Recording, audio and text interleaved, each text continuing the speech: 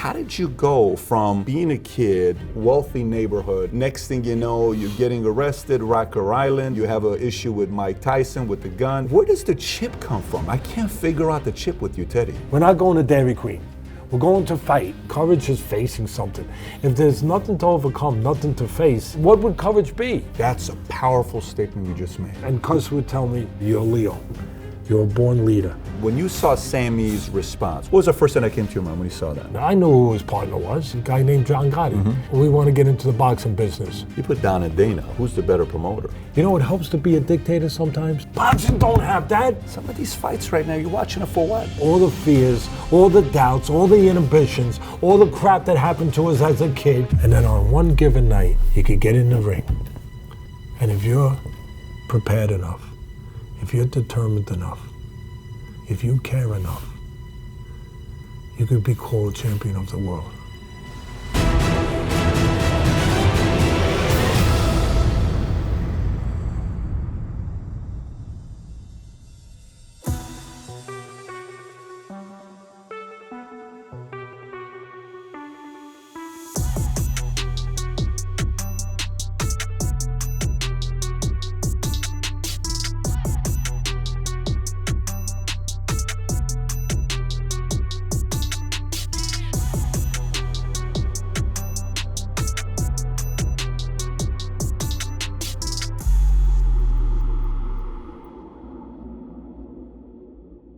Today I have a special guest with me, Teddy Atlas, who is a powerhouse in the ESPN world when it comes down to a commentator. On top of that, he's part of the World Boxing Hall of Fame, and he's trained Tyson's, Michael Moore. Just an incredible resume, and we're thankful for Teddy making the time to come out here in Dallas, Texas. Appreciate meeting you. Yes, it's good to meet you. Quite a picture behind you. You like the picture behind us? Yeah, it's quite a diverse crowd. Can you name them all? Yeah, Einstein, the guy who's pretty smart. And Kennedy and Lincoln and Tupac and you, and of course Dr. Martin Luther King, and now I'm starting to have problems. So the guy next to Martin Luther King, a lot of people think that's Warren Buffett, but that's Milton Friedman, all right, the economist. And then the guy standing next to me is a race car driver, Ayrton Senna. Okay. And then the man sitting down is a Shah of Iran, Reza Pahlavi. All right. So. With all those medals on him. Yes, with all those medals on him. Right. Yeah. Well, I mean, it speaks to you a little bit, I guess. Why you got someone like me in here? You go all over the place. Why I have a person like you in here? I mean, you're a guy that when it comes onto the world of boxing, man, people see you as a scientist. The way you see the boxing, your lens, the way you view it, is a completely different lens than a lot of people out there. Well, I appreciate that. Yeah. So the question I got, the more I go through your story, and obviously a part of why you're here is the Sammy the Bull, which we'll get to later on in a minute because of what Sammy said about your relationship with him, and you got a whole chapter on Sammy. We'll talk about that here in a minute. But how did you go from being a kid, raised in a family, your dad's a doctor, your mom's a Miss America pageant, Staten Island, wealthy neighborhood, and then next thing you know, you're getting arrested, Rocker Island, you become a boxer, then you get into a fight with an executive, then you have an issue with Mike Tyson with the gun, then you're going after one of your boxers to the apartment at night because of what happened with him, Gallagher. Where does the chip come from? I can't figure out the chip with you, Teddy. You don't have to be from the projects or poverty, to be missing something or searching for something. And then again, you can be from the projects or poverty and you're not missing anything. And you don't have to search for anything. It all depends on what we've been affected by, what we care about. What do you care about? Obviously, you care about things that are attached to different things with your background. And we had a little brief talk before. You care about your father. Mm-hmm.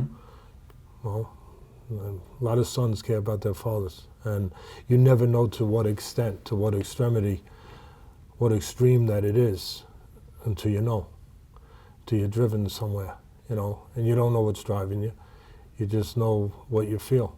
I mean, listen, it's easier for me now to act like I'm smart when I'm a little older and I understand where I went and maybe a little bit about how I got there. At that point when I was just going. I didn't know why, but I was being drawn by something. I had a father, you just touched on, you know, we lived in a good neighborhood, gave us everything we needed. I was a big sports guy when I was a kid, like a lot of us, but Mickey Mantle and Willie Mays and Muhammad Ali, they were my heroes. I liked them a lot. I looked up to those guys, but they weren't my heroes. I didn't even know what a hero was. But as I got older, I guess if I had a hero, it was my father. But he didn't talk like Ali and make predictions or hit home runs like, you know, like the Mick did, or catch balls the way that Willie did over his head. But, you know, he got up in the morning and he went and took care of people. And he didn't come back until late at night when I was sleeping.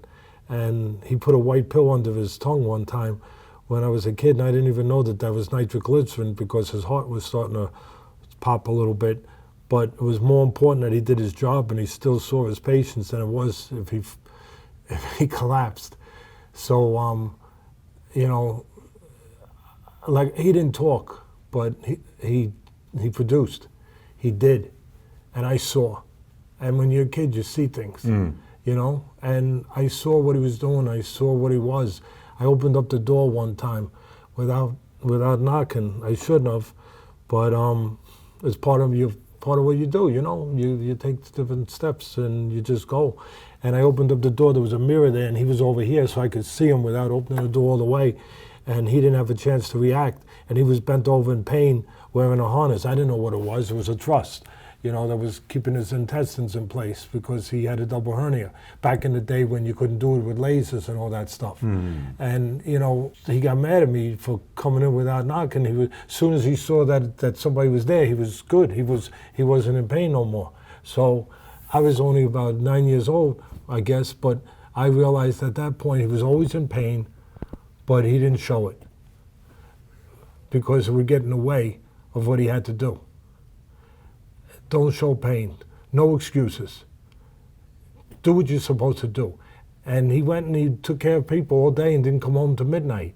And he did house calls till he was 80, and he did them for free. And he went into the projects because people couldn't afford a doctor. And he built 2 hospitals. One of them had 22 beds in it. And he built it so before Obamacare and all this other stuff they talk about, you know, they can't figure it out. He figured it out himself in a small way. You know, he built a hospital and he took care of the people. And the people who couldn't afford it, he covered it. You know, he absorbed it on the arm, like we like to say back in the old days. But the people that could afford it, they had insurance, paid the bills. And that hospital lasted for 24 years until it got torn down by the city because they had to build a bridge called the Valuetainment Bridge on Staten Island. But I didn't get him enough. I was selfish, all right? Listen, so he wasn't around enough? Or? Yeah, he was around in the way he was, but, you know, he took care of the bills, took care of everything, and, you know, I saw what I saw, but as a kid, you know, I wanted to play ball with him. I know it sounds stupid, but, you know, because there's kids that suffer a lot more than me, but who's to equate what suffering is to a kid? Who's to measure that? How do you measure that? Yeah. I'd like to know. How do you measure that? That there might be a kid in the project suffering a lot more than me, a lot more. There's rats running around and he's got no food. I'm with you. But suffering is suffering. And not having is not having. What do we really need? For me, I needed my father to just say, you're doing good. Say, hey, I won't be that stupid, but I love you. Did you ever hear that? No, he couldn't do it because, you know, he had to be, he was a real tough guy. These BS tough guys, you mentioned one earlier, it's okay, but he was a real tough guy, you know, because he did what he had to do no matter how he felt. And no matter what could get in the way. Nitroglycerin didn't get in the way, nothing got in the way. He did what he was supposed to, and in a selfless way. And when I couldn't get that attention from him, I started to figure it out. As the genius that I was as a young kid, and I'm making fun of myself because I wasn't too bright, I figured, hey, who gets all this attention? All the people that are hurt, all the people that are fractured, all the people that are screwed up, all the people that are damaged. So you know what? I'll go and damage myself. I'll go from this nice neighborhood that you just said, I'll go down to a neighborhood that's not as maybe nice in some ways, and I'll start getting damaged. But I also found family in that neighborhood. I found in some of those rough places people that were drawn together. And I didn't feel that I had that without my father. And so I went and got damaged.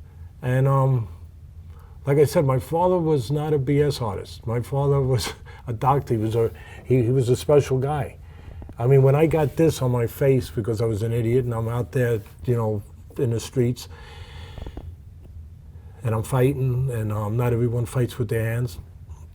And I'm fighting a few guys, and one of them still wanted to pull a knife, and I got 400 stitches, 200. And listen, I wish I didn't have 400 stitches. Yeah, 200 inside, 200 outside. And I didn't want this, but sometimes it's the part of if you pick a path that has a lot of sticker bushes in it, you could get hit with sticker bushes. And I got hit with knives. And when it happened, they were taking me to the hospital. And I remember the only reason I got taken there so quickly was the kid that was with me from the neighborhood that I was hanging out in. He was a streetwise kid. He jumped over the counter of a bodega and he said a cop was shot. And so we got attention really fast, and they got there real quick. And I was, the cops thought I was going to die because I heard them. I heard them say, I think we might lose him because I was, you're bleeding a lot. And when we were driving and I was semi-coherent, I remember I was really coherent. It's amazing how clear, you've been through rougher things for me. You were in the Army, and thank you for that service. And you faced worse things than me. But I was so clear. It was like, hey, I ain't worried about nothing. The only thing I was thinking about was, what is my father doing at this time? Is he in between house calls? Come on. Yeah. That's what you were thinking Yeah, about. is he in between? I'm trying to figure, because you're all screwed up. You got to cut your bleed. You're all a little messed up. But I'm thinking, is he doing a house call, or is he still in the office now, or is he maybe in the hospital? Like, how long will it take him to get here? Did you want him to see it? Did you want him to kind of see the pain? All I said to them, I was telling the cops, and they said, just relax, don't talk. And I just kept saying, yeah, you got to get Dr. Atlas. He'll take care of this. And when we got there, they put me on a stretcher and they're shooting stuff into me and they're taking me in, and I guess it's just a moment before I'm out, and as I'm going in, the surgeon is over me, and I guess he was, because not everyone's wearing a mask unless, right? He's talking to me and I'm just saying to him, listen, I'm not saying you're not, I still had some manners. I was like, I'm not saying you're not a good doctor, but get Dr. Atlas. He'll take care of this. And they were good doctors in a way that not just with the stitches, they were good doctors because they understood. They had a young kid here. Did they know it was your father you were asking for? They said, we know Dr. Atlas, he's a great doctor, but we don't have time. They said that to me, we don't have time. And they were honest. And we don't have time. I said, no, get him. Wow. How old are you at this time? I was, let's see, I went up to Custom Models when I was 19. And then I went up there and then I came back. And when I came back, after a year up there, this happened. So I was like 20, 21. And then when it was over with, this is the point I was trying to get to with my father, the kind of man he was. And I don't want people, hey, listen, you think what you think. People are going to, when I tell you this, they're going to say, oh, he's a cold man. No, he wasn't. He was a real man. He was a realistic man. He knew what he was dealing with. I was laying there, and I guess I came out of it after a while. I was obviously sedated, and it was dark, and I'm in, I got a thing around me, and I'm sitting there, and I'm just thinking, when's he gonna get here? And all of a sudden, the curtain opened up, and I couldn't really see him, but I knew it was him. He had big hands, strong hands. And I just remember him over me. I remember he just turned my head a little bit because he was on this side. Just turned it, And see, he would know how to turn it without having to worry about hurting you, you know?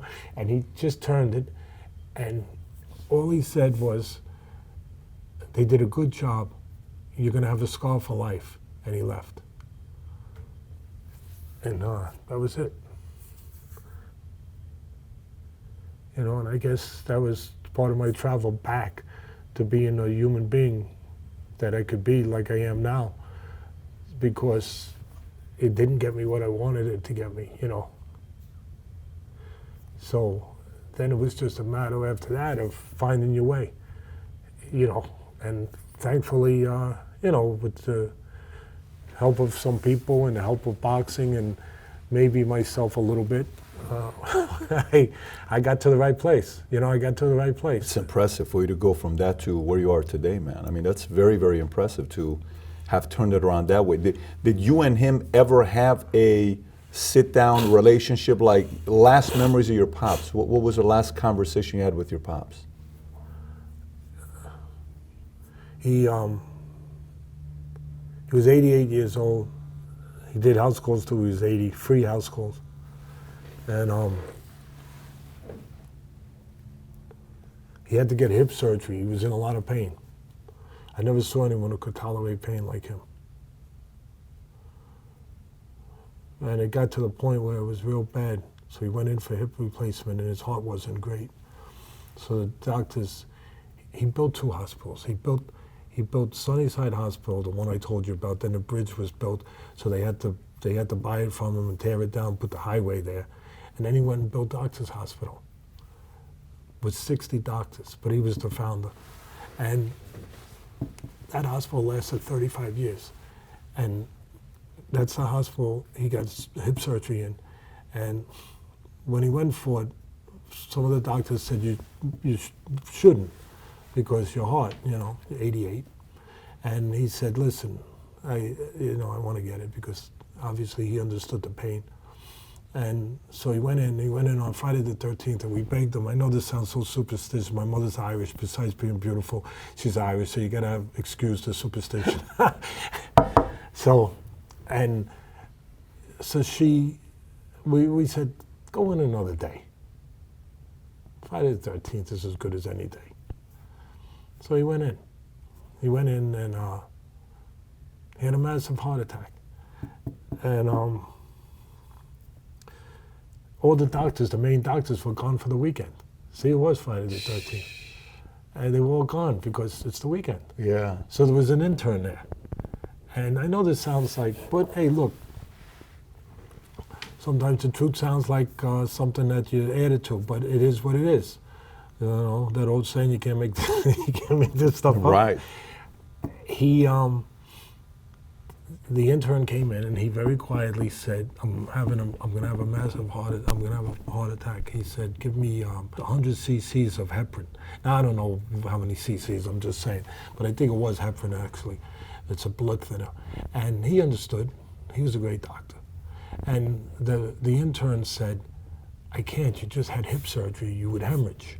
And he said to him, you don't worry about saving the brakes when you're gonna lose the engine. Always thinking calm, cool, even though he knew. And the guy said, I can't. An hour later, boom, heart attack. And never fully recovered from it. And had 1 million tubes set up to him, had the trach, you know, all the tubes and everything. And I was there every day. You know, supposed to be. And that was the only time I could talk to him, because he couldn't talk back. You know, and then, you know, during that time, there was a story written about him. Jerry Eisenberg, the great writer, he wrote a story in the New Star Ledger. And it was a story that I talked to Jerry. And the story was, it's funny we're talking about this, I didn't realize we were gonna, what real tough guys are. About your dad? Yeah, but that was the headline of the story. Wow. What a real tough guy is. And here's this guy in the hospital, and Jerry talked. And then me, you know, talk about the people I've been around. Maybe the guy different guys, like the kind of guys you just mentioned earlier, and but they're not tough guys. Here's a tough guy, and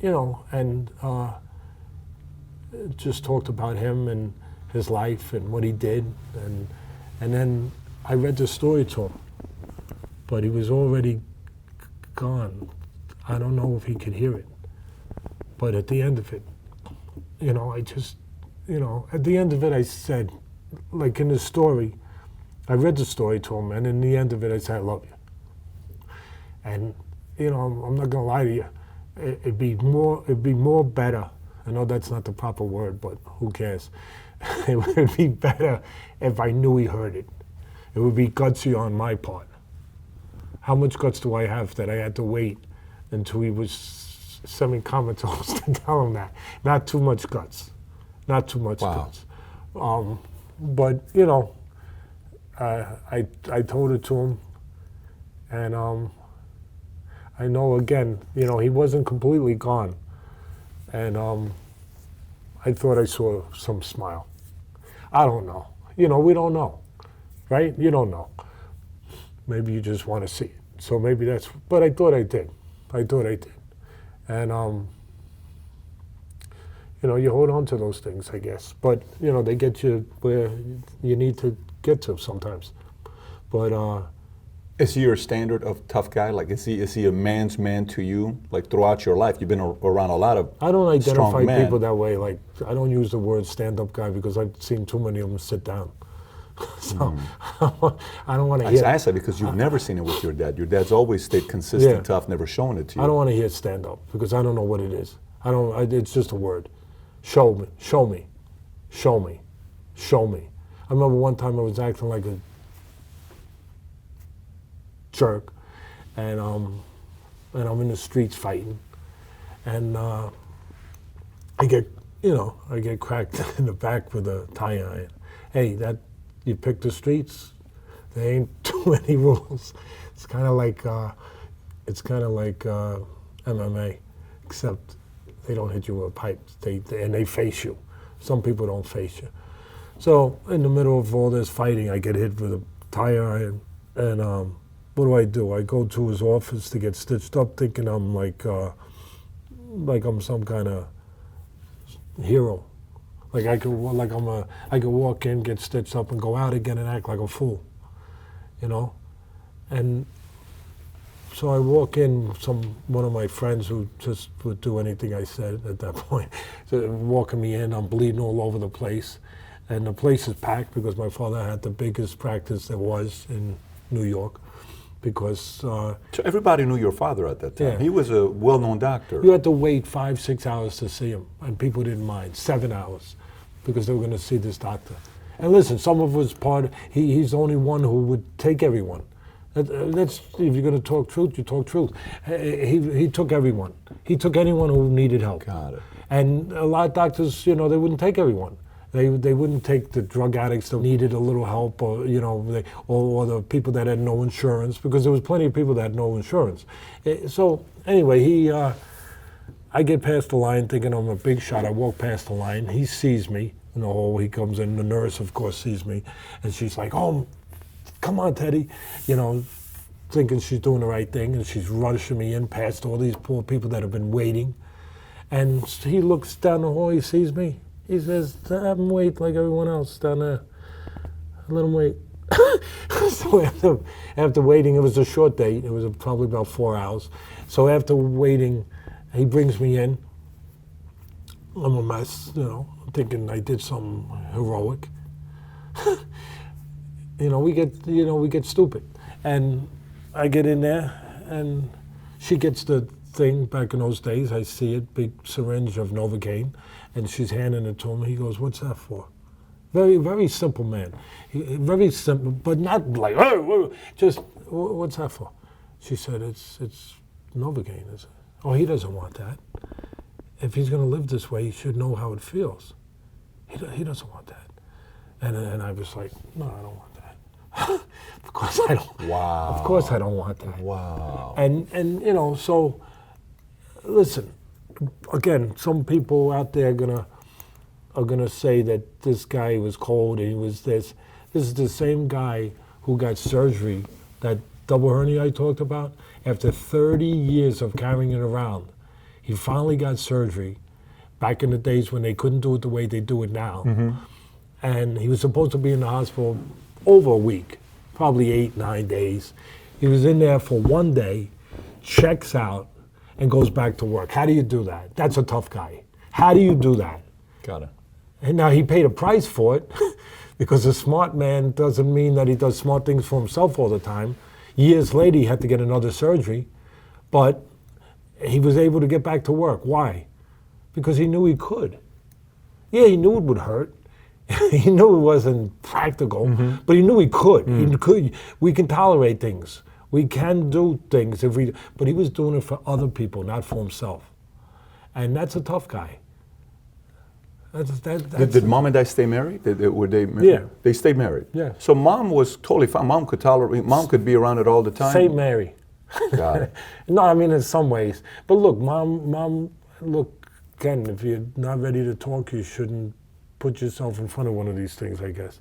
My mother was drinking a bit, you know, and I'm sure that some of these things added to relief, a little relief. An escape from what it Good woman. So, but the opposite of my father. My mother was beautiful, gorgeous. I mean, she was Miss Staten Island. Her mother wouldn't let her go to Miss America. She was supposed to go to Miss America. You know, the Rockettes wanted her to try out for their. I mean, she was gorgeous, but she was social. She had as gorgeous as she was. That's how electric her personality was. She loved people, loved them. My father was working on. My father was just like, you know, he didn't take vacations. He didn't go to these parties and social events and all that. He was in the office. He was on a house call. He was in the nursing homes. Nursing homes have to have, back in those days, they had to have doctors that were signed in as a medical director. They didn't have money, but they had to have a doctor as a medical director. They couldn't pay him. So my father was a medical director of like 9 nursing homes because someone had to do it. So they couldn't make, so he didn't take no money. But since he did it, he figured that he had to show up, or he should show up, to see that the people aren't being abused. You talk about, back in those days, it would be a lot easier to abuse people. Who was checking? Who was checking? Nowadays, you got everything. You got, somebody might have a cell phone and catch your abuse and so on. You don't need NBC. So he's going to all these nursing homes, doing all this stuff, and my mother is, you know, it's tough, you know, and he's not enough that he's going to the hospital, not enough that he's got his office hours, not enough that he's doing house calls, but now he's going to nursing homes to make sure, you know, that that's tough. Was he an immigrant? I know is he Polish? Or was your mom Hungary? Hungarian, and my mother family came from Ireland.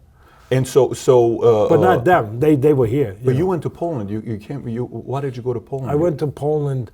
I went to Katowice and Krakow. I spent a month over there to do a movie with Willem Dafoe. Oh, okay, I got it. So your mom and dad, was your dad an immigrant or was he born here? He was born here. Okay, his parents. He was born. His parents came. were immigrants. I got it. When was his birthday? Just out of curiosity. When's his birthday? January 19th. January 19th. And when are you? You're 2 days after Muhammad Ali. January 19th. 2 days. And you're June 28th? When is June? No, July 29th. July 29th. So he's 2 days after Ali, January 19th. Interesting. Did you feel like Cuz always told me Capricorns were special people. He said that. Was always. He one or no? Yes, he was. He was one. Okay. I guess that's just a coincidence. That's just a coincidence. Was he one as well that he paid attention to stuff or not really? Because Yes, I know he boxing did. is superstitious. He did. But he didn't believe in like Venus being matched up with just Saturn. the math part. The math part. Okay, I got it. He believed that certain characteristics were inherent in certain signs. Wow. And I like him already. That's so interesting. Yeah, and he told me, you know, he had to sell me. He wasn't paying me. I was in the gym. You got to remember, I was up there 7 years with him. I was up in the gym training fighters 7 days a week. He didn't believe in taking Sundays off. And, you know, every day, pros during the day, amateurs at night. I grab a cheeseburger, go right to the amateurs, be there till 10 o'clock at night, and, you know, till the last kid was done, talk to the kids with their problems, besides teaching them how to throw a jab, you know, whatever. And Cus would say, you're a Leo. you're a born leader. I said, yeah, I'm a born leader. Yeah. He goes, yeah. He goes, you look at history. And he would read it. It wasn't just making it up. He would say, look at all the leaders. Look at all they were Leo. This one was a Leo. Wow. And I was like thinking in my head, you know, I hope guys like Hitler weren't. Yeah, I was. I was thinking, you know, I hope. I mean, you're going to have some crazies no matter what you are. Yeah, because I mean, some of that has got one that experience. sounded good, the boost the ego, was like Alexander the Great. I don't know how bad he was, but Alexander, that'd be all 2 right. 2 million square miles he conquered. Yeah, That's a pretty. He's all right. I'm in good. So Cus was a guy that paid attention to that. Did he ever kind of hint at who he felt would make great boxers, or no? Yes, Wasn't that? Yes. What month did he think was? Certain styles, certain months. What month was his month? Aquarius was one. February. Another one was Capricorn. Muhammad Ali, baby, you know, and Taurus the bull was May. Taurus? Yeah, he said some of them made pretty good fighters. He told me Pisces would make good teachers. So if I had a Pisces, I'd be like thinking, oh, I'm spending all this time with the guy and he's going to be a teacher. You know, maybe. Would you think about that? Like, was it in your mind? You're kind of like messing with you a little bit? Or? Yeah, a tiny bit, like a little teeny bit. Like, you know, I'd be putting, because you put a lot of time in. When's Tyson's birthday, by the way? When is his birthday? Tyson was June 30th. So Cancer. Oh, he's a month before he's cancer. And he said cancers were good too. He said cancers were good too. Yeah. Did he say Aquarius were good because they were most coachable and willing to be taught and they could control themselves? Yes. Because that's a big quality It was that you guys would. all about controlling your emotions. You know, I can see that with Aquarius. Being calm in an uncalm place. Being calm in an uncalm place. So, how many similarities between your father and between Cus? You know, my father didn't talk, Cus talked. Cus taught you how to articulate things. My father taught you by doing. Not that Cus wasn't real. He was. He was a special man, a great man.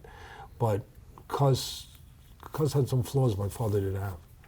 And at the end of the day, you know, Cus was in a race against, you know, time and against death maybe, where, you know, he wanted to have another champion. And he let a few things go with Tyson.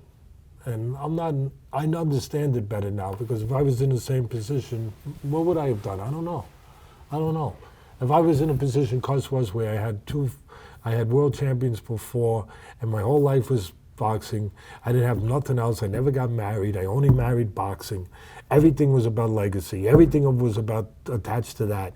And I had one special guy, and I was getting old. I was getting closer to dying, and I needed this guy to make everything worthwhile. What would I do? And Cus let a few things go. But my father didn't let nothing go. My father never made deals. Deals meaning what? Deals like when Cus let certain behavior with Tyson go, even the way he treated him, which you're not going to hear about, you know. The way Tyson treated Cus? Yeah. Got it. It wasn't always so good. I'm not here to... Was he patient and tolerant? Is that because Cus understood that maybe he's going through a maturity level, or? He came from a tough place, Tyson, from Brownsville, where he had to be understood those things, the way he was brought up, that you had to have a tolerance and understanding and appreciation for where he came from. But there's still things that you draw a line with when you're in school in the hallway and you're pushing girls into the bathroom in the middle of a busy hallway, and you're just banging them into the bathroom so you could touch them and do whatever, and you're going against teachers and getting physical and doing some other things. You know, I mean, I don't think it's a secret now. I think that, you know, and then you go and talk to the principal and say, we have a special kid here. He's going to make the town famous. You know, he's going to make history, and he could be a very, very, very special fighter. Well, I don't know, you're doing more than making allowances. You're doing more than understanding that there's going to be some understanding for the specialness of this kid and the things that he's suffering from and the things that he can't quite get grips on. You're not really helping him get a grip on it. You're helping him avoid it, right? I mean, that kind of becomes avoidance more than it becomes, you know, helping somebody get better at something. And listen, again, it's easy for me. I was in that gym, 18, 19 years old, training fighters. Cuz would come once a week, maybe once every 2 weeks, just to see what was going on. And I was just working, training fighters, developing fighters. And Cus would give me he didn't give me money, but he gave me the food, he gave me the nourishment I need, he gave me what I needed. He would come in and say, look at this, Atlas is he's developing a stable of fighters here. Look at what he's doing. And I felt so good, you know? I felt so big, and I was developing these fighters and doing the job, and Cus would come, like I said, twice a week. He would come and he'd overlook it, and he'd see it and make me feel very proud. And he was a special guy and all that. And then all of a sudden, when Tyson came along,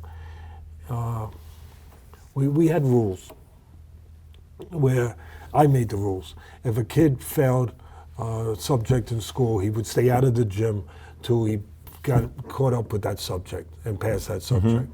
And, you know, so we had these rules, and it made sense. Not just as humanitarians. Let's not try to paint ourselves like we're up in the monkhouse here. But how are you going to get parents from a small town to allow their kids to go if you're not looking out for the kid more than just teaching them to get a flat nose? Hopefully not get a flat nose. Hopefully we slip the punches, we don't get them. But, you know, you got to be doing more. So part of it made sense that we did care about them. But I'm just saying that it made sense to take that approach, to say, hey, they got to do good in school, they got to behave outside the gym, they got to do. So we had all these rules. When Tyson started having problems in school, and I threw him out of the gym, the same way as I did the other kids, Cus would let him back in. And, you know, it started, for the first time, me and him started, he didn't back me up for the first time ever. You felt undermined. Yeah, and listen, again, you got to remember, I was a young kid. I was in there training, and Cus helped me, and he saved me because I was an idiot out on the street. And if it wasn't for him and my father, because my father was paying for me to be up there. It was only $50 a week, but I didn't have $50 a week. I didn't have $200 a month. And, you know, I remember Cus would say to me, he goes, you know, you'd have to pay a lot more for a college education. He goes, you're getting a college education. It's just that it's in this. I said, yeah, sounds right. You know, and all I'm doing is, I'm doing what I'm supposed to do. I'm teaching a kid to move his head after he punches. I'm teaching a kid to understand range and distance. I'm teaching a kid to control his feelings, not to give in, not to submit, not to make silent agreements. Like when you get inside and you don't feel like working, what do? You put your hands behind the guy holds on to you. Silent agreement. Because you know that the guy most likely will hold on to you because you don't hit me, I won't hit you. You're basically saying, hey, get inside, you're supposed to hit the guy, right? You put your hands behind him. Maybe if the guy's a little weak, he'll hold on to you. And now you told him, if you don't hit me, I won't hit you. Silent agreement. Wow, that's technical? Yeah, because that's real. That's the business I'm in. You better understand that stuff. Understand, otherwise you just know X's and O's. I'll turn this into a blackboard and I'll look like a genius, but when I get out there with a real fighter, I'll stick that up my you-know-what. It ain't gonna help. You gotta understand what's really going on under pressure, how a person's thinking. So I'm in the gym, that's my whole life. I'm in the gym making fighters and always about, if you don't go to school, get out of the gym. You come in late, get out of here. Teddy, I'm 10 minutes late. Yeah, you didn't have the discipline to be late. You don't have the discipline to do what you have to do in the ring either. Were you feared? Were you feared or respected? I don't know. I mean, I'm not in the Bronx Tale, so I don't know. Well, you know what I'm talking about? No, I know. I'm just saying, kidding around. Like, it would be, I don't know. The truth of it is, they believe me. They just believe me. Again, we all want to pat ourselves on the back, and we want to be romantic, and you know, someone like the guy you mentioned before would probably say I was feared, and then like, you know, you say, well, fear lasts longer or something like that. But I was in the real world. I was with real people having real feelings. I guess my question would be this the part. No, but what I just want to make sure I say right is, I was in a world with real people, with real kids that were having trouble with these emotions. And they saw what I was telling them as a light to a dark place they were going into. That's what I was. I got it. That was real. I got it. In other words, I'm going into a scary place, right? This guy's telling me what I need for that light to see where the frick I'm going, and if I don't understand that, you know what? I have no shot. It's scary enough that I'm going into that. And here's the thing I wanted to say was, at the end of the day, I'm doing this. I'm living this life. I'm doing everything by the book and by my instincts, whatever those instincts are. They're growing. And I'm forming fighters. And like I said, you're late. Hey, get out of here. Teddy, I was telling you, get out of here. You come in tomorrow on time, you could train. Because if you can't be on time, if you can't control yourself to be on time, you can't control yourself in here. So I'm doing all this, right? And it was simple. It was black or white. Cuz had a thing hanging over his head. He was getting older. He already knew what it was. I didn't know what it was to have champions. He already knew what it was to have fame and all this stuff. All I was doing was going up. I was just working. I didn't know there was anything underneath. Cuz knew there was something underneath. So Cuz, when he started compromising himself and making decisions that hurt me, to let Tyson go, and people sometimes now, years later, they go, hey, Ted, you know, you didn't get... What do you mean? Don't give me no credit. I was just this kid who, I was coloring by the numbers. Number 1, red. Number 2, black. I shouldn't get any credit because I was just doing it. I didn't know that there could be fame. I didn't know that what it would feel like to have champions and everything. I was just doing what I had to do to go forward. And Cuz knew. Cuz knew what it was and what he might not have. And he knew that the clock was ticking. Cuz had an anvil over his head that I didn't have. And I understand that now. I understand that now. Let me ask you, what is Cus's motivation? Because you're saying he never married anybody. He married boxing. What was he trying to prove? I mean, this is a guy that made it at a highest level, you know, all these champions, all these people he's built. What was he doing it for? What was his motivation coming from? He could make people better. Yeah, but why continue doing it? When you keep doing it, there's got to be a bigger reason than just, you know, it can't be money. It's got to be something bigger than that. He could get credit for that. He would what? Get credit for it. And that drove him? Yeah, the recognition part? What money could ever satisfy knowing that you can make champions? What money could ever be better than that? Not going to happen. Yeah. He could make champions. He could make champions. He almost believed that he could instill his will into somebody to be a champion. God, that's a powerful statement you just made. And did you see him do that? Like when he's telling you, you're a lion, you're a Leo, was he more a willpower guy? Was he more a skill guy? Will. You know, one of his sayings was to me as an 18-year-old, 19, 20, 21, 22, he used to say, Teddy, always remember this. Will always defeat skill.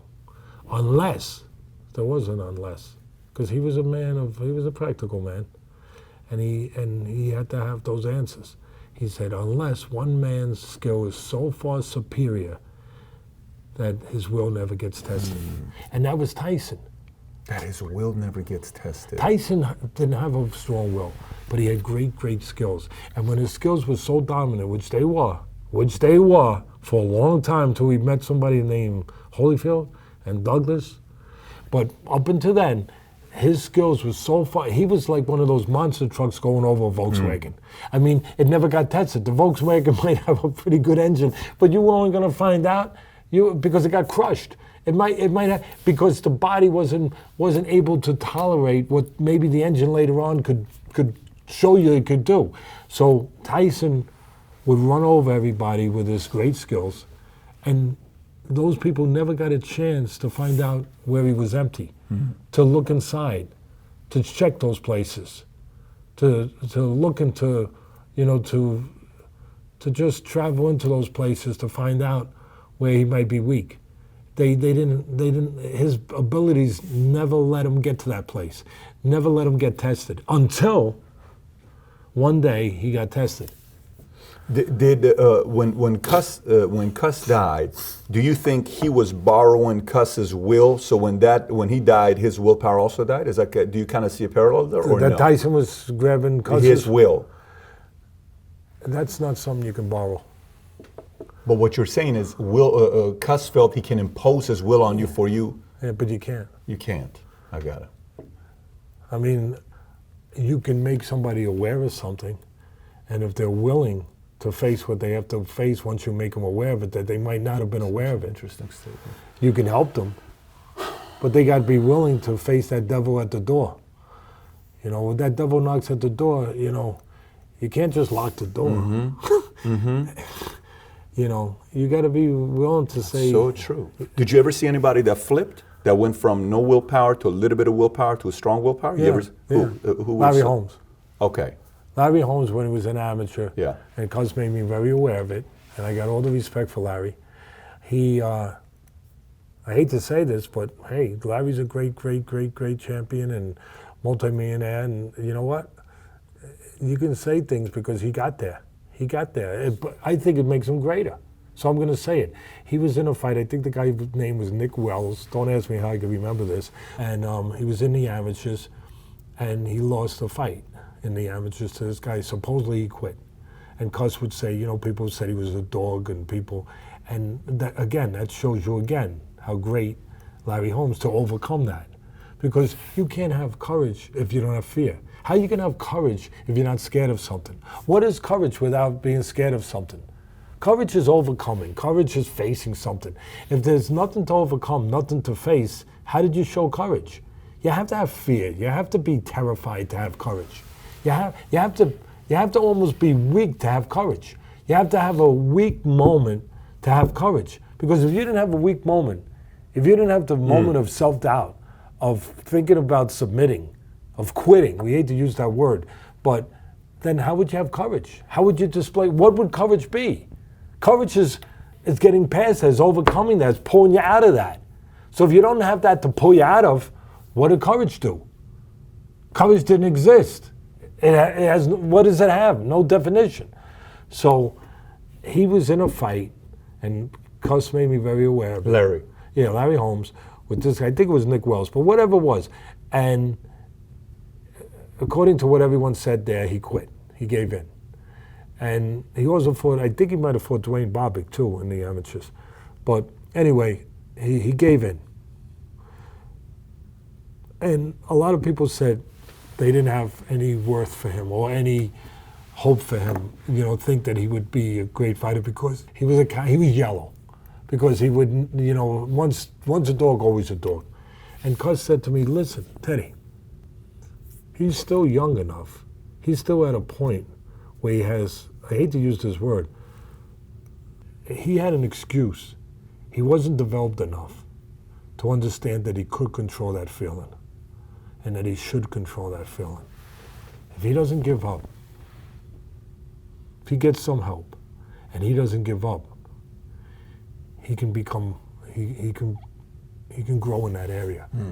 Because if he was a guy, Cus would say, Teddy, if he was a guy who already had 300 amateur fights and already, you know, had 20 pro fights, and he was doing that, can't help him. Done, gone. But at this point of development, lack of development, if he wants to, he can still be helped. He went on to be a world champion, set a record for most title defenses. I think he might have broke Joe Louis, who I think was the greatest heavyweight of all time for a lot of reasons. Ali was right behind him, just for me. But Ali was great, of course. But Larry Holmes takes those right hands from Shavers. That's what Cus said. Cus said to me, because we watched the fight together. And Cus said, as a pro, he became a pro. That was the greatest compliment Cus could give you. He became a pro. Wow. Look, he got hit that right hand from Ernie Shavers, who could knock walls down with the right hand. One right hand, he could knock walls down. And he got dropped and he got up. He became a pro, Teddy. Powerful. He became a pro. So yeah, somebody could get that will. Hey, there is truth to redemption. Redemption is a beautiful feeling, by the way.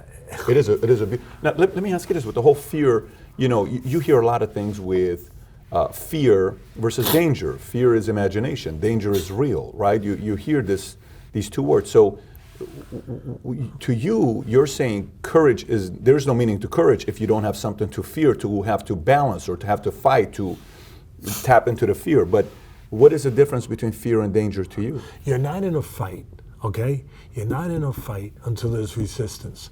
Up until the point there's resistance or something to overcome, it's just an athletic venture. You're showing how quick you are, how strong you are, how good a shape you are, how smart you are, how tricky you are.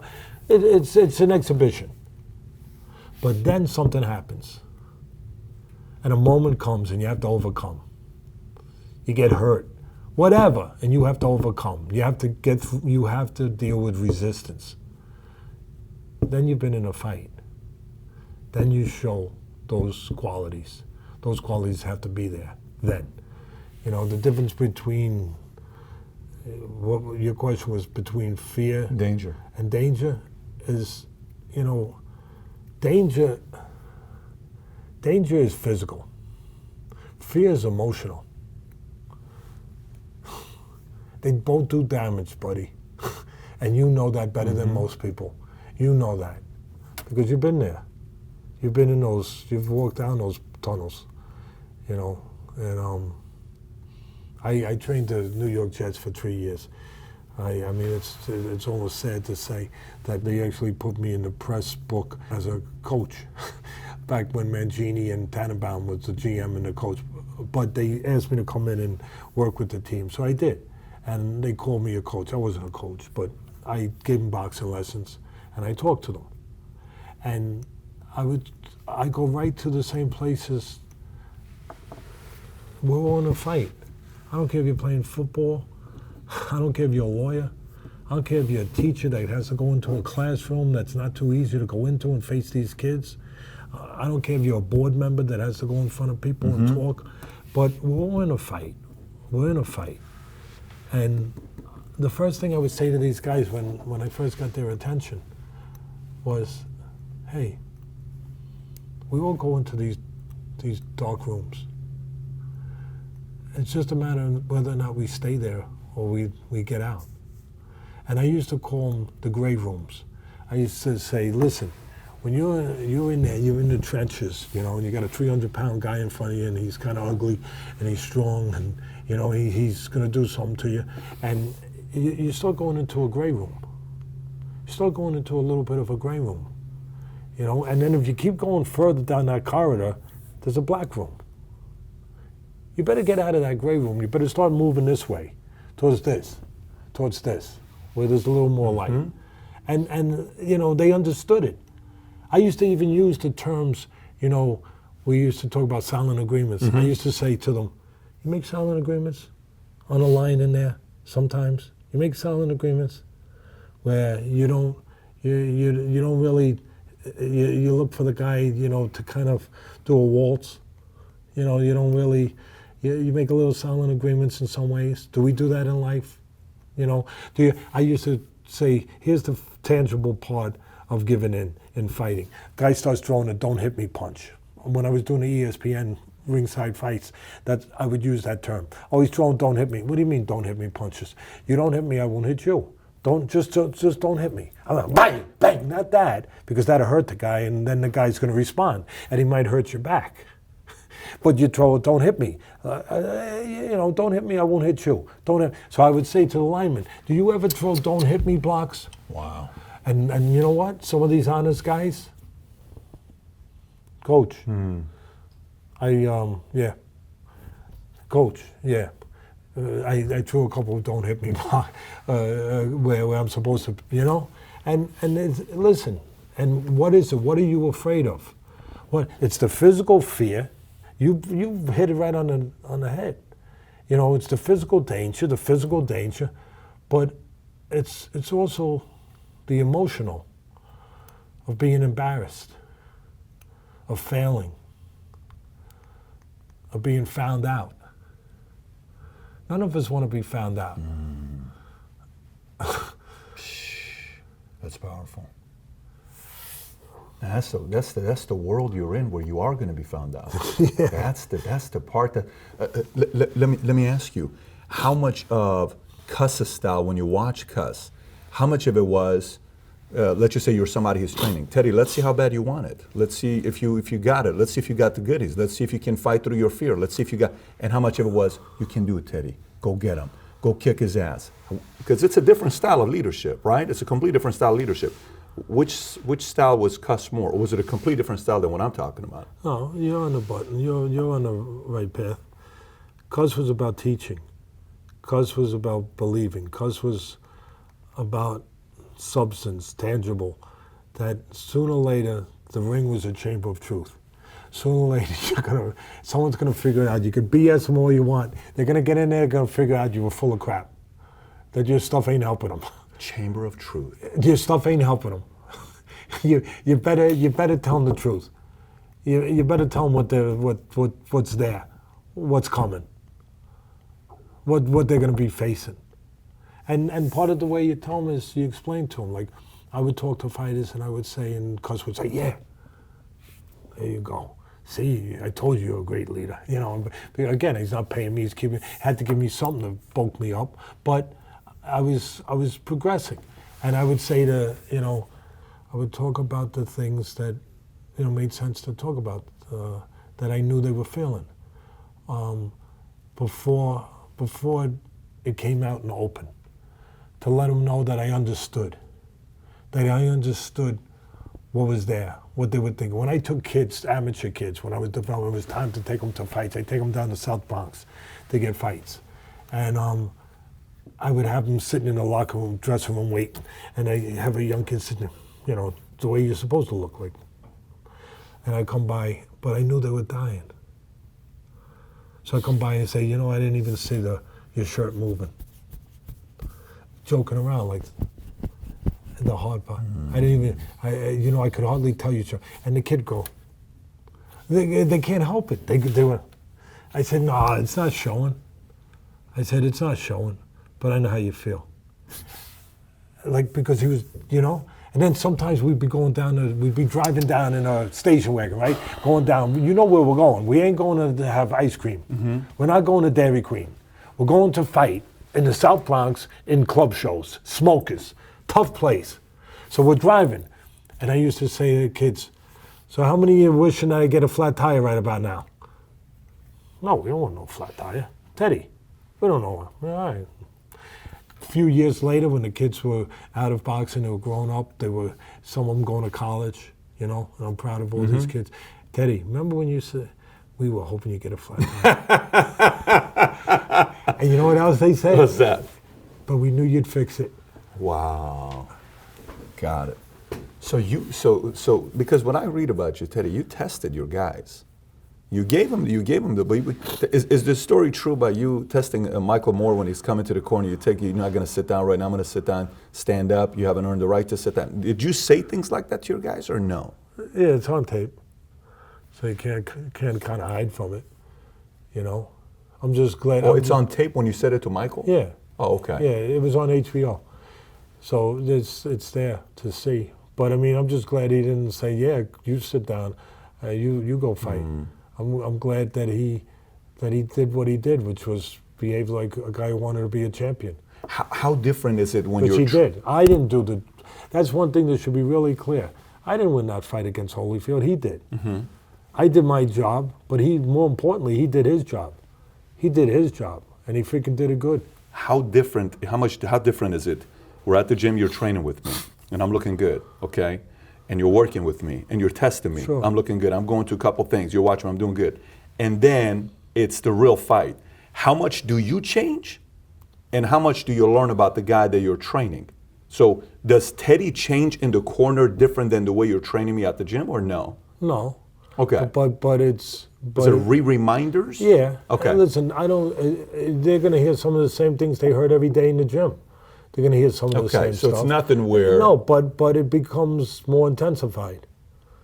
It becomes that beam of sun going into the prism glass, and it's still a beam of sun, and you're still getting light, and you're still getting the sun every day. But now when you put that that prism glass there, that magnifying glass there, it comes out a little stronger, a lot stronger. Well, this is the moment. This is the moment, baby. This is it. This is everything we train for. So I'm going to be a little bit more stronger and forceful about it than I might have been in the gym. Or put it this way, more concentrated.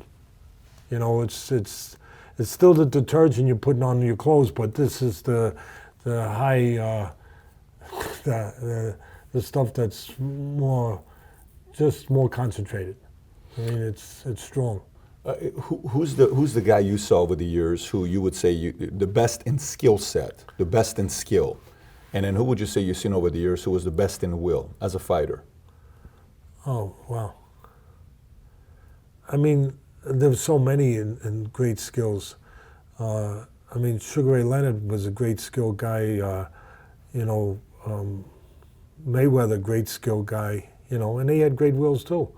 But then usually it's the guy with less skill that might have the greater will because he needs it. There was a kid years ago named Danny Little Red Lopez. It's back in the 70s and the 80s. I used to watch him with Cuss. Good right-hand puncher, but he got hit too much. But man, he knocked everyone out. He beat everyone. He got on the floor, he got off the floor. Aaron Pryor, oh my God, before drugs got a hold of him, what a will he had. He wins the title against a guy named Kid Pompalay. Antonio Cervantes, a great fighter. He wins the title. Some guys get like half free rides when they fight for the title. Mm-hmm. They get softer touches. Nothing here. He fights Cervantes. He gets dropped. As they're counting, because you got to give an 8 count, and Cervantes is waiting for them to count, right? They're counting Pryor. Pryor does a backflip, and the referee's like, what's going on here? hey, and like he's trying to sort things out here, and here's Pryor doing this, and Cervantes is like melting right in front of you, like an ice cream on a July day. Like what the freak? Like I got the skills, obviously, I just put them on the floor, but what has this guy got? Oh, shit. So that was one of the greatest wills I ever saw, was Aaron Pryor, to be honest with you. And the ones that what I just touched on, that I mentioned. On the skill side, Leonard and Mayweather? Yeah, Mayweather, Leonard, Ali. I mean, Ali, skill and will? Yeah, because there was 2 Alis. The first Ali was before that 3.5-year layoff when he refused to go in the Army, where he beat you with speed and skill. And then after 3.5 years off, he didn't have that anymore. And he had to find something that he never knew he had to that level. Complete will. I mean, I'm talking about supreme will. Cus once told me there was only 2 fighters he ever saw that had supreme confidence, that they believed there was no way that you could beat them. Sugar Ray Robinson and Muhammad Ali. That they had that. And it was a quality just as important, more important than speed or power or footwork. Mm-hmm. It's a quality. Just like I believe that character in a person is a quality. I believe Tyson didn't have it, and it finally showed up. His skill got him to where it got him, don't get me wrong. But character, that sooner or later you're gonna need that. That's gonna show up. That if you're missing it, it's gonna show. Mm-hmm. But sooner or later, because people say, well, define character, Teddy. Like, I can understand speed, I understand power, I understand slickness, but what do you mean that character is a quality? How about being dependable? Wouldn't you rather have a friend that's dependable than one that's not dependable? I would. Well, wouldn't you rather have a fighter that's dependable than one that's not? That's character. And when the moment came, was Tyson dependable? I'm not knocking him. I'm going to tell you now, so those haters out there that are saying, oh, Teddy, you're one of the greatest punches ever, one of the greatest combinations of speed and power ever, one of the greatest switch hitters like Mickey Mantle that could hit on the left side or the right side of the plate, lefty or righty, could knock you dead. One of the greatest finishers ever when he hurt you. I mean, he had all those things. So I'm the first to say that. But he wasn't dependable. He wasn't dependable because when he had to be dependable, he was off somewhere else. He wasn't there. I want a guy who's dependable. I want a friend who's dependable. It's crazy. There's a book out there called something about CEOs, and they did a research on what qualities of an employee help them eventually become a CEO of a company. And it was reliability, which is the same as being dependable. And it was number one above everybody else. When people said, why do you enjoy following the CEO? They would say, because he is reliable. And eventually he ends up having a group of people that want to work for him because he's reliable. You asked me earlier about Cuss, That's right? so you asked powerful. me earlier about how Cuss Yeah. and what he wanted me to be.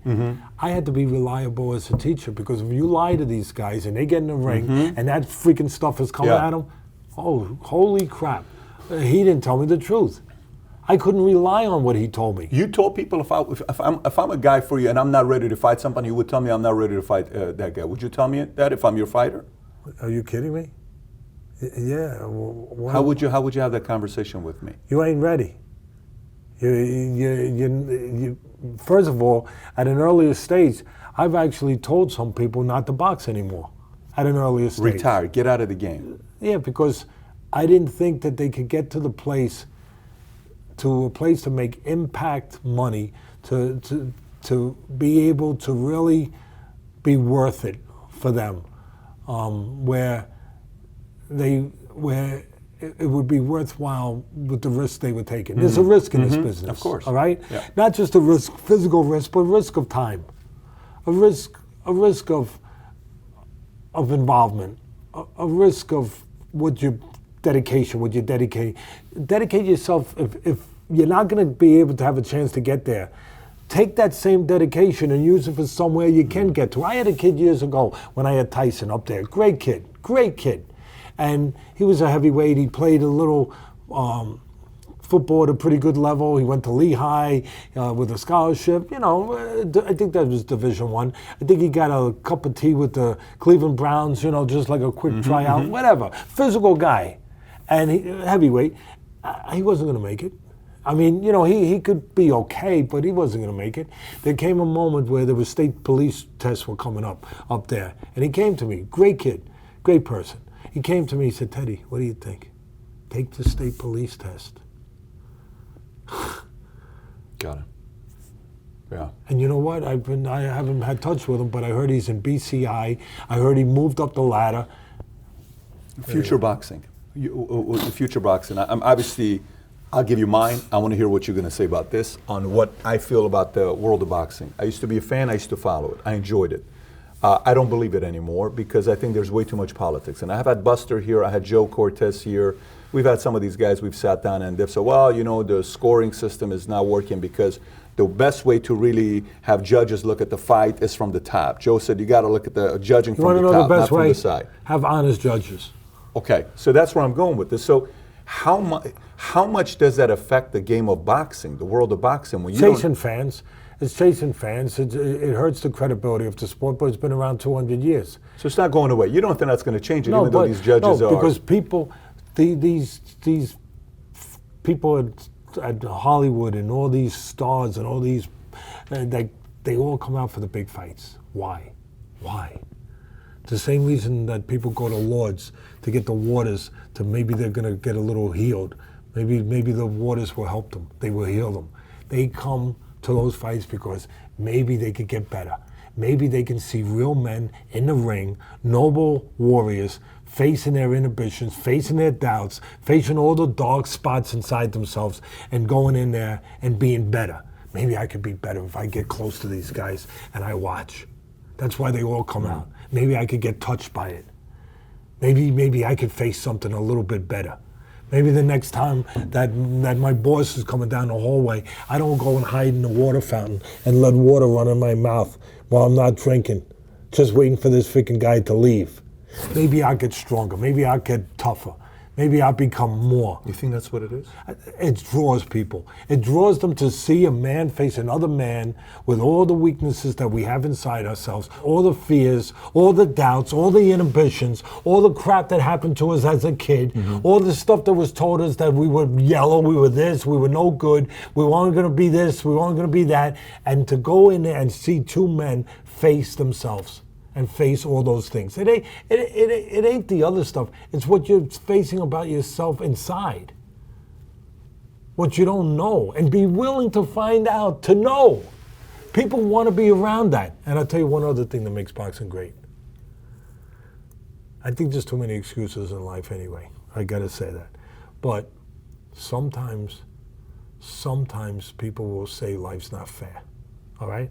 Now, I know you could go on the other side and say, you got to make it fair. I get it. I'm with you. But sometimes you could say, you know what, it's tough. You get born with certain genes. You get born by certain parents. You get born in certain places, certain colors, I don't believe there's anything that holds you back now. You know, as a country, we've gone past that.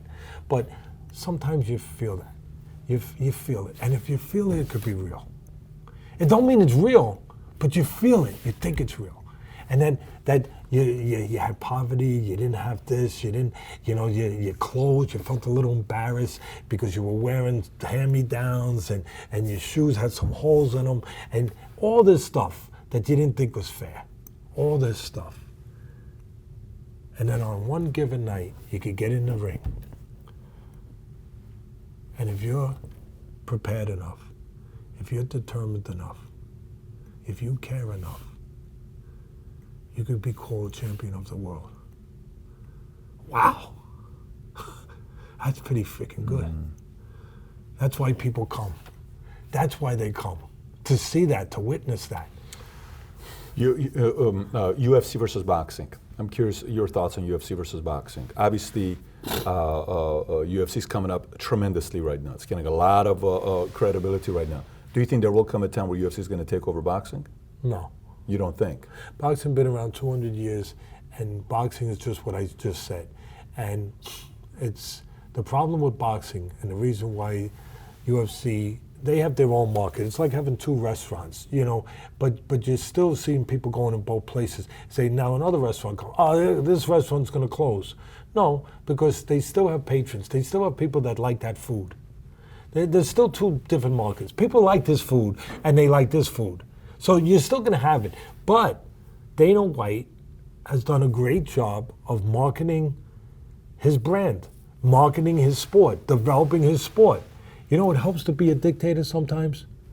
I mean, if you don't kill nobody, if you could be completely in control, like Dana White is, and you say, hey, you fight this guy, you fight this guy. I'm only putting competitive. You don't like it, hit it, Highway 99, it's to make a left and two rights. And if you can control it like that, you can make your product good and get away with it. And that's part of why he gets away with it. I'm not knocking him. I'm saying that it works. And that's part of why he built up his sport. But boxing, the NBA has a national commission, if you haven't heard. The NHL, if you haven't heard, has a national commission. And MLB, every one of the football, NFL, they have a national commission to put rules and enforce rules for the benefit of the sport. I'll say it again. Not for the benefit of Tom Brady, even though he might have had a few soft footballs he was throwing over there. I don't know, he might have got away with that one. But for the benefit of the sport, boxing don't have that. Who the frick is saying you got rules and you got to abide by the rules for the benefit? There is no national czar. You got a bunch of these freaking low-life, I should be careful. But what the hell, it's too late. I mean, there's some of these promoters that they only care about their own little piece of property. And they control that piece of property. They do. They don't give a freak about the sport. In boxing or in UFC? You're in talking boxing, about boxing, that's the difference. Boxing has not a bunch, maybe 4 or 5 power brokers, if that many, that have the networks, that have the power, that have the stable of fighters, they have the control, and they don't care about the sport of boxing, they care about their piece of land.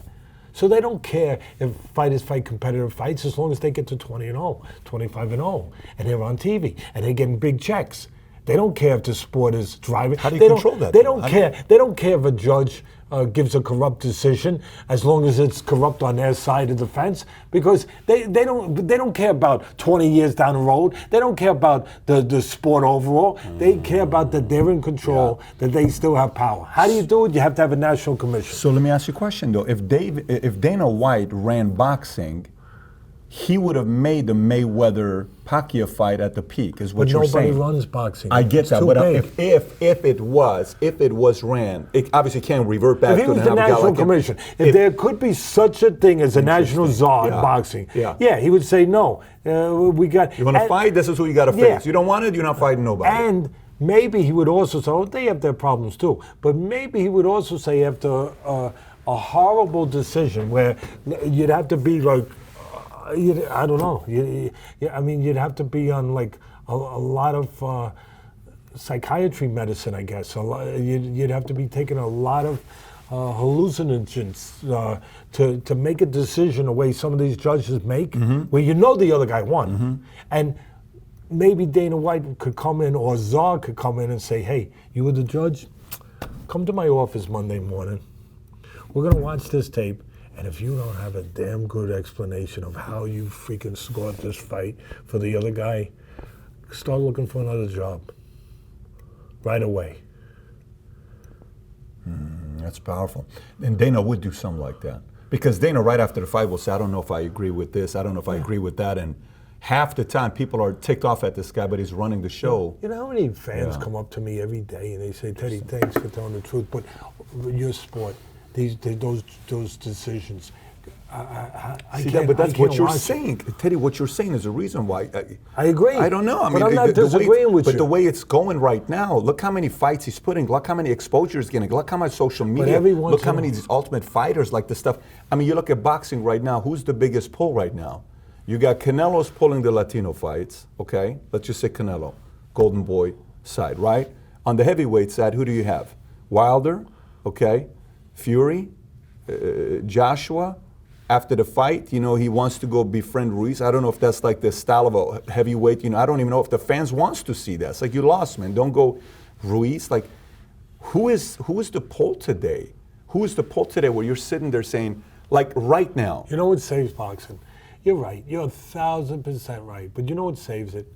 It's kind of like living in a place where it rains every freaking day, and you're just about to freaking say, I can't take this no more. I cannot take this rain anymore. And then all of a sudden, boom, you have a sunny day. Every once in a while, you got the drill in Manila. Every once in a while, you have. When was the last one we had? But every once in a while, you have a great fight. You do. Every once in a while, you have Duran and Leonard. Every once in a while, and that's what saves it. What's the last one? Oh, we've had a few pretty good ones. Give me a good one, like a Gotti versus. Oh yeah, well, Gotti was always in great. Well, him and Mickey Ward, that was like. Oh my gosh, that's like a movie. That doesn't even make any sense to me. It's a movie. Yeah, that was sick, you know. Oh, it's a great book. You can watch that over and over and over again. Fights like that makes me spend thousands. That kind of fights. Some of these fights right now, you're watching it for what? What are you watching it for? I don't know. I'm just, again, I don't want to go off track here. I'm just asking because I'm really value your opinion to see what you're thinking. No, but I'm with you. But you do get them.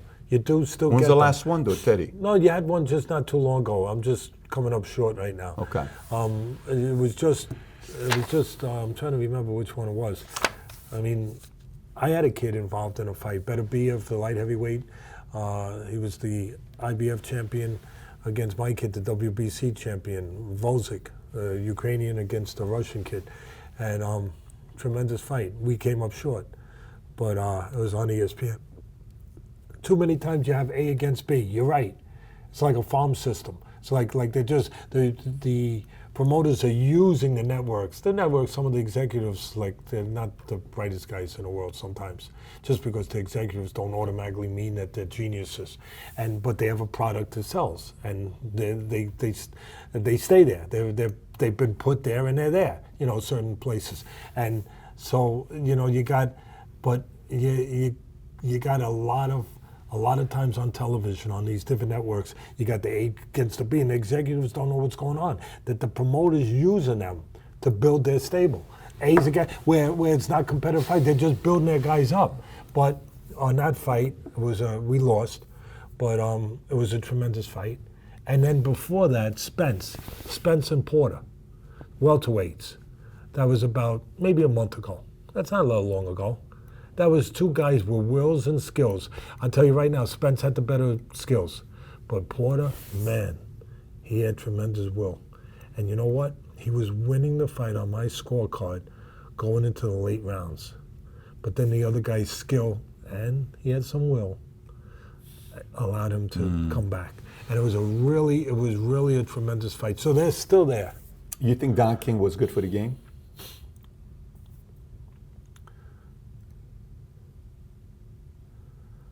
I'm going to give an honest answer, and it takes a second to think about it. He robbed fighters, disrespected fighters, hurt fighters. But he also, it's like kind of like asking if you made the Rocky movie, was Rocky good for boxing? The Rocky movie was fictional. It was, wasn't real, but it brought a lot of fans to the game. Mm-hmm. King brought a lot of fans to the game.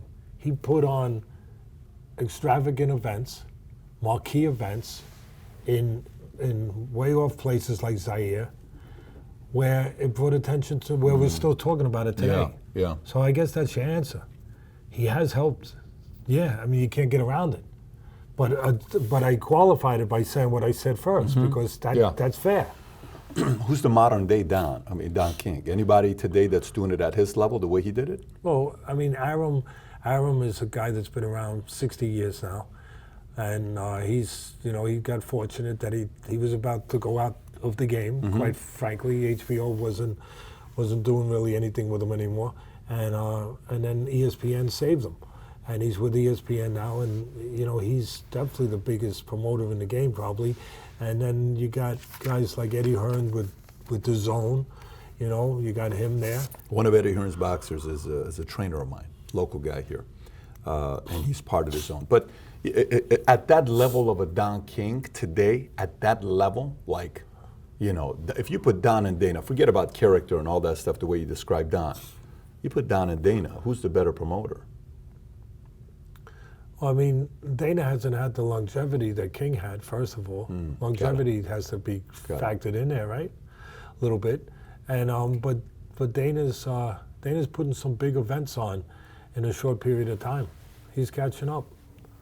You think, I know you just spent some time with Masvidal, which, his fight with Diaz. Good person. He comes across as a good person, like a character guy. Do you think his request to want to fight Canelo, does he have a standing chance to go against a guy like that, or no? Probably not. Probably not, okay. I mean, we talk the truth, right? Yeah, I mean, sure. I like him, and listen, that's why he's a guy that I can like. Because he'll see me tomorrow and he'll say, Teddy, hey, yeah, I understand you saying that. He won't be one of these guys trying to play a game and trying to put a front on. But listen, in his mind, if he believes that, then it's the truth for him. It's the truth for him. For me, you're asking me a question from where I sit. And I think that, listen, should anybody be looked badly at for trying to do something titanic for their families, for themselves, something huge like Conor McGregor did with Mayweather? He had no chance with Mayweather, but he was able to sell it by saying that he could beat him. And enough people believed it to make it something that was historic with the money they made. You blame somebody for I don't. shooting for that? No, I don't. Doesn't mean you have to believe that it's going to happen. But you see, this goes back to it. Like, think about it right now. How many people wanted to see that fight with him and Nick, right? It was Diaz. This is like a good fight, right? This is a tremendous fight. And then now, Khabib, now Conor, Dana's saying there's no way Conor could fight a guy like Masvidal because he's too big for him, right? But there's excitement there. It's like, I want to see. That Conor could fight Masvidal? No. Dana's saying there's no way in the world. That would not be a good matchup. That they couldn't fight each other? No, because Jorge is way too big for Conor. That's what Dana's saying. You're talking about Canelo or No, Conor? no. Conor McGregor fighting Masvidal. Yeah. That Masvidal is too big for Conor because Conor wants to fight him. But guys have moved up in weight. I know they have, but Dana's saying. I get what you're saying. Yeah, what I'm saying is there's the excitement. There's the excitement. Do you remember of that. Michael Spinks moved up to heavyweight to fight Larry Holmes? Yeah. He went from 175 to 2, whatever, because Holmes was like, 220, 230, whatever, somewhere in that neighborhood, maybe a little less. And he moved up. He worked at it the right way, went about it the right way, and he won. So I would say, listen, I give credit to Dana. So you would want to see a Conor Masvidal? You would want to see that fight? You would want to see Conor move up? Listen, if it was something that could be intriguing to it, and I think Masvidal's earned a right to shoot for something like that, to be able to. have a chance because there's certain guys you're going to make more money with. It's just the way it is. It's just the way it is. McGregor has that gift of gab. He's got that special promotional gene. He's a great promoter. Mayweather was a great promoter. Nobody was greater than Ali. And there were great wrestlers that Ali took from. Gorgeous George and all those guys. Ali would tell you the truth. I took from those guys, you know? So they have a PhD in it. And McGregor's got a PhD in that. And Mazadov's just, he's recognizing that. That, hey, listen, I could go and bust my butt all day long, and I ain't never going to make the money I can make with this guy that has a PhD in promotion. Now, I'm not saying that it would be the greatest fight, but I'm saying that I would buy it because I would buy it. I believe in Mazadov. I think McGregor was good too at his level. But I'm just saying, I believe that he's earned the right to venture into those places. He's a boxing guy that's excited about UFC. See, that's the part. It's pulling even a guy like you to the UFC side. Last thing before we wrap up here, obviously one of the reasons why we got connected. I wish it was a different reason, but one of the reasons why we got connected is Sammy. You're a gentleman. You know, you really are. I sit with Sammy Gravano. There's a chapter in your book about Sammy. You know, I read it. I mean, obviously it's a very, very interesting chapter. The relationship with you and the son, all this stuff. When you saw Sammy's response, when I asked him the question of fear, and I'm sure people send it to you, say, hey, Teddy, watch what Sammy said about you. Teddy Atlas said to me one day, are you afraid? I said, no. I didn't say I don't have fear. I said, no. Teddy Atlas is an asshole. What was the first thing that came to your mind when you saw that? Consistent. He's the same guy. You know, he's not honest. You know, I think there's a combination of things. I think one of them is that he's not relevant, and he's trying to find a way to become relevant. You know, he's trying to get attention, become important again, and maybe use somebody to become important again. I just think that it's the consistent, you know, that he could never, we talked about it earlier, that, you know, if you deny something, if you deny something that's in all of us, which is fear, how can you ever overcome it? If you deny it, if you won't face it, well, isn't that sort of the definition of being cowardly? That you won't face something? I mean, that if we don't use such a powerful word as cowardly, isn't that avoiding something that God doesn't let us avoid?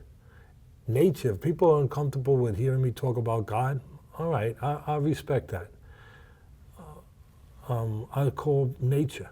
Nature has put fear in all of us so we can be better, so we can overcome things. If we don't understand that we have fear and we say we don't have it, well, like I've always said to fighters, to real fighters, you're either a liar or you need to go to a doctor and find out what the frig is wrong with you, because everyone has it. You have it. Why do we walk across the street and look both ways? We're not cowards, but we have fear. We have fear because we might get hit by a car. So we look because we don't want to get hit by a car. Could that be being cautious? No, it's fear. You think You it's could call fear? it caution, but it's an element of fear. Yeah. It's an element of being afraid of getting hit by a car. Yeah, use the word caution, it's comfortable. But if we're going to get down to the nitty gritty, it's fear. It's fear that we could get killed.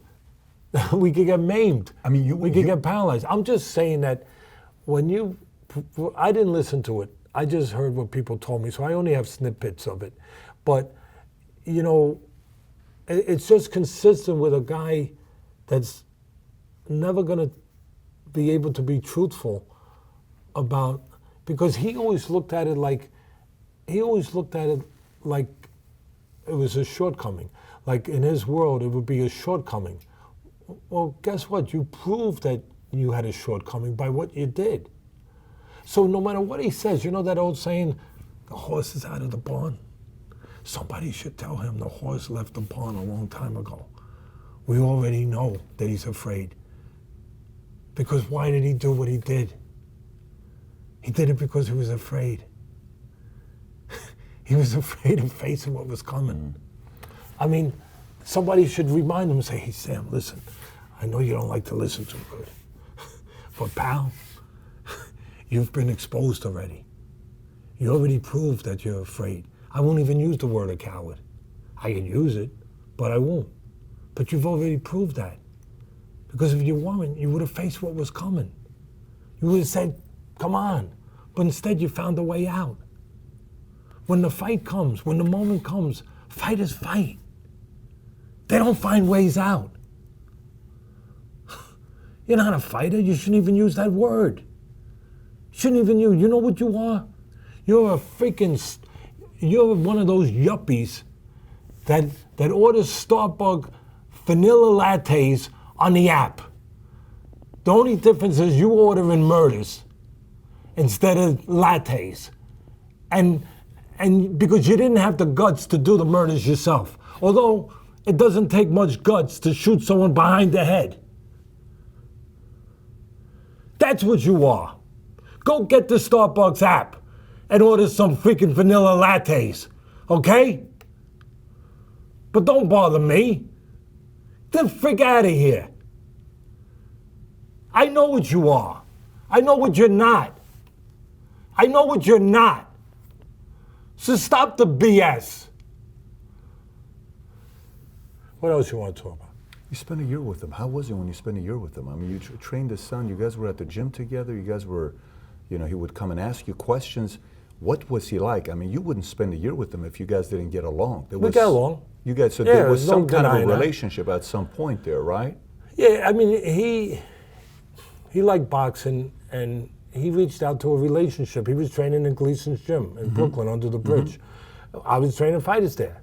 And he reached out to me because, he was training with Edwin Violette, who was a real fighter, who was a guy who fought Duran. And 15 rounds he went with. yeah, right? he was a real fighter, but also he was a guy who, he didn't make money in boxing, real money, and he needed a way to make money, so he would let Sammy pay him to let him hit him and not hit him back. Is that going in and, if I wasn't afraid, I wouldn't get in the, is that really getting in the ring? Is it? Oh, gee, really? I know a lot of people that do it that way. There'd be a line out the door. You could do it with a guarantee the guy won't hit you. Oh, wow. That's like saying, I'll go in the cage with a lion, but make sure the lion's got no teeth and no claws. I'm a lion. Does that make me a lion fighter? Or does it make me fight a lion that has no teeth and no claws and is not a lion anymore? Because a lion, by the way, has teeth and claws and can kill you. A fighter, by the way, can hurt you if he's allowed to hit you. So listen, I was in the gym with him. He reached out to me one day, asked me to train him instead of Edwin. He said, I think you'd be a better trainer for me. And I said, no. And then one day Edwin was away with a fighter. And he came to me and said, he's away. Today, would you do it? I'll pay you. I said, I ain't gonna take no money. I'll do you a favor, I'll train you for the day, one day. And I did. And then that grew into later on, we worked out in a weightlifting gym together, for a year. And that's all true. And I trained him for that one day. And after that one day, of course, he said, that's the style I should be learning. And I'd like you to, I said, I told you for one day I'd do it. And then he offered me, you want to go into it? He offered me, he said, me and my partner. I knew who his partner was. The guy named John Gotti. We want to get into the boxing business. We'll give you $75,000 seed money, those were his words, and pay you, I think it was $2,000 a week, and buy a building, put it in your name. I was thinking to myself, listen, that old silly saying, I was born tonight but not last night, I'm not the smartest guy, but I'm not the stupidest guy in the world, And, I do care about other things other than just saying, it'd be nice, because I didn't have a lot then. I didn't have much. at all, to be honest. But I also cared about how it would affect my family. You know, see, that to me, that's part of being brave. That's part of not being a coward. That's part of showing something more than just saying you're a tough guy. A tough guy cares about what's going to happen to his family. My father cared. A tough guy cares about the collateral damage you can do to people. I knew that if I did that and I said, hey, I'll take a gamble, what the freak? I knew what that would do to my kids. I even laughed to myself one time when he said, we'll put the building in your name. I said, the indictments too? I mean, yeah. I didn't say it out loud, but the indictments will be in my name, I think, too. Very clear, Theodore A. Atlas, because when you're in court, they're not going to say Teddy. So, so he offered me and I said no. There was no BSing around it. I took a meeting with him and all his wise guy friends, and will you do me a favor? Will you just take a meeting and yes or no, yes or no. This way they can hear it out of your mouth. They all, talking about we'll have this, we'll have this, we'll have this, we'll have this. No. That was it. So yeah, That's the story with you and Sammy. Did you relate to any part of Sammy as his character, or not at all? That one year you guys spent time together. Was there any, like a chip or anything to prove? Like, did you see anything where Father Gotti, like you and him similar? Did you see anything there, or not at all? Listen, I saw a guy.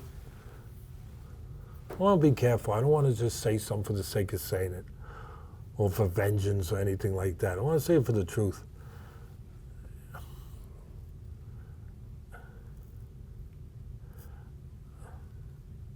I saw a guy that sometimes, as time went on, I wondered, it's kind of like seeing a fighter that can't face what you have to face ultimately in the ring.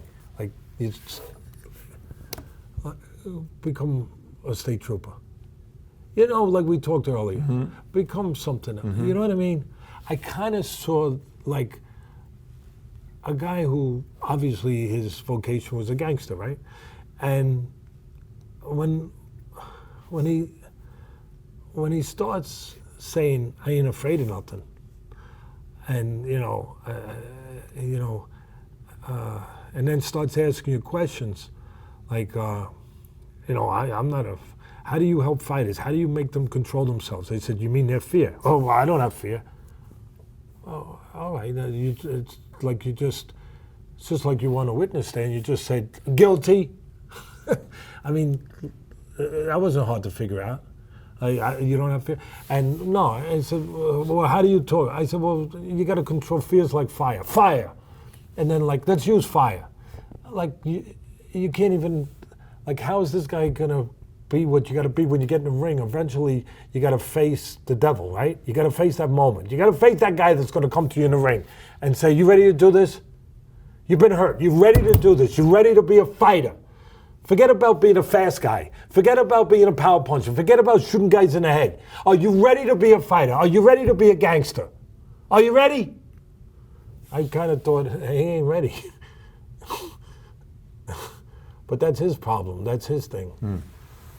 Growing up in Staten Island, were you ever close? Did you ever associate yourself with any of the gangsters? Because I know, Godfather was obviously shot there, and some of these guys, Gianni Russo, some of those guys came from Staten Island. Were you close to any of these guys, or not at all? Gianni Russo's an actor.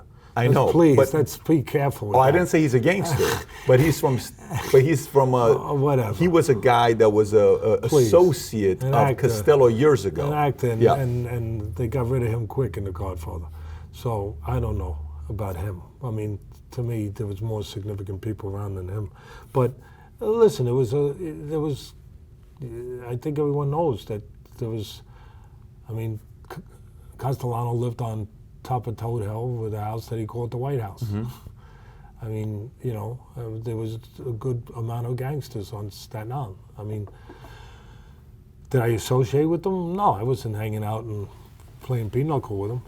But I guess obviously people know each other, and when you're in the boxing business and when you're from Staten Island, people, people gravitate towards boxing, if you haven't noticed. And I know you know, they gravitate towards it. They, you know, so there were guys I knew, but they gravitate towards it because of kind of the same reason actors gravitate to what we talked about earlier.